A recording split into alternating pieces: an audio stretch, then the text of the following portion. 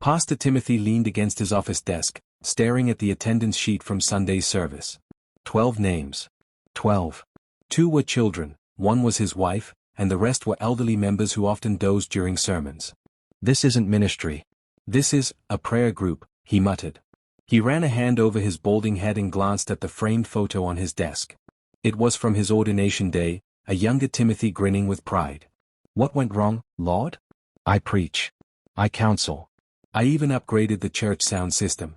His musings were interrupted by the buzz of his phone. It was Pastor Gabriel, an old seminary friend turned national sensation. Gabriel's church, Wellspring of Wonders, was always packed. Healing miracles, prophecies, and even rumored angelic visitations had cemented his reputation as the miracle maker. Timothy. Gabriel's voice boomed.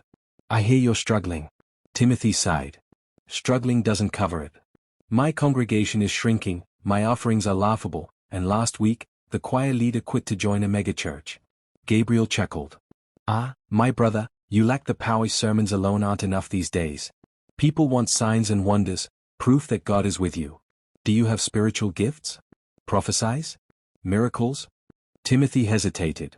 Well, no, but that's your problem. Listen, if you want to elevate your ministry, you need to tap into the supernatural. 40 days and 40 nights of fasting and prayer, that's the secret.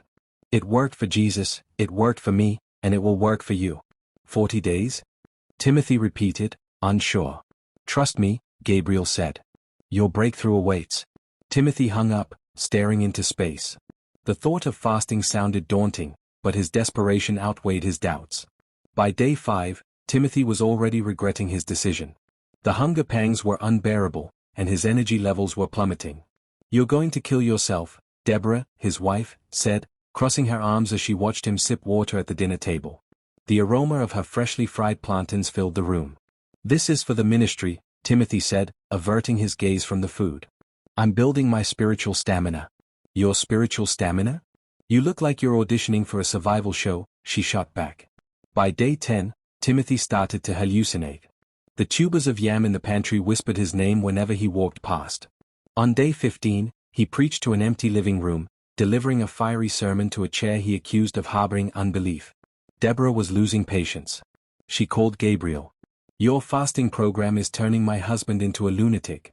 Gabriel laughed. Relax, Sister Deborah. This is normal. The Spirit is working on him. By day 25, Timothy was a shell of himself. That night, he dreamt he was wandering in a desert. A figure in a glowing white robe appeared before him. Jesus? Timothy gasped, falling to his knees. I am here, the figure said, though its voice sounded oddly familiar. Your fasting has worked?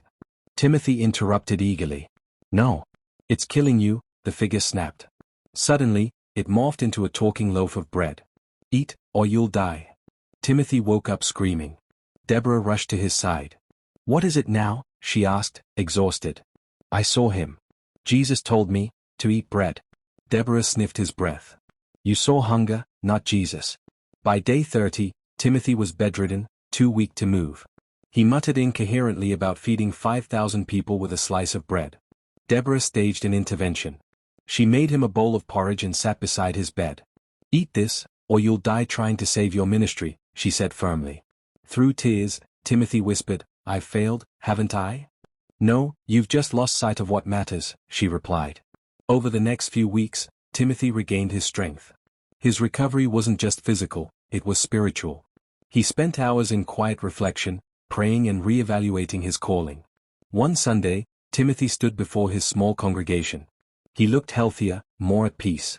Brothers and sisters, he began, I wanted to grow this ministry so badly that I forgot why I started it in the first place. It's not about fame or miracles. It's about serving God and loving people. And maybe, eating properly along the way. The congregation chuckled. Timothy continued, we may never have a full house, but if we have full hearts, that's enough for me. The congregation applauded warmly. Timothy's church didn't become a megachurch, but it grew steadily. Members appreciated his sincerity and authenticity. As for Gabriel, he apologized and even admitted he'd once failed a fast himself. Years later, Timothy often joked about his 40-day ordeal during sermons. Fasting is powerful, he'd say, but don't confuse hunger with holiness. And always listen to your wife, she just might save your life.